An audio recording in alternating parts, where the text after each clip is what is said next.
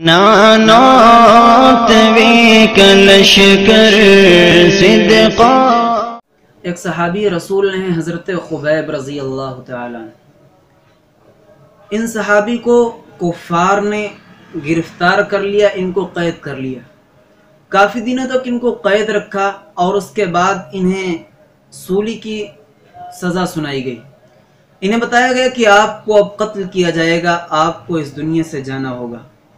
حضرت خبیب رضی اللہ تعالی عنہ جب انہیں مقتل کی جانب لے جایا گیا، مقتل کہتے ہیں قتل گاہ کو جہاں پر آدمی کو قتل کیا جاتا ہے، جب مقتل میں ان کو لے جایا گیا اور کفار ان سے پوچھنے لگے کہ کوئی آخری خواہش اگر ہو تو اس کا اظہار کر دو۔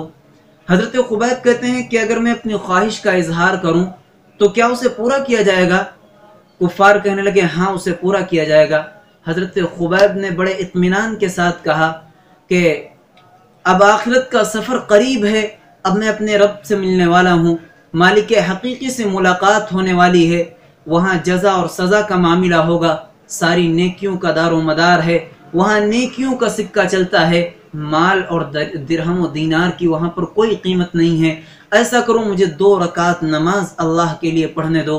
کفار نے کہا ٹھیک ہے تمہیں اجازت ہے۔ حضرت خبیب کھڑے ہوئے اور پورے وقار کے ساتھ، پورے خوشی و خضوع کے ساتھ 2 رکعت نفل پڑھ کے فارغ ہوئے، اور اس کے بعد کہتے ہیں کہ اگر مجھے یہ اندیشہ نہ ہوتا کہ تم لوگ یہ کہو گے کہ موت کے ڈر کی وجہ سے دیر کر رہا ہے تو میں 2 رکعت اور پڑھتا۔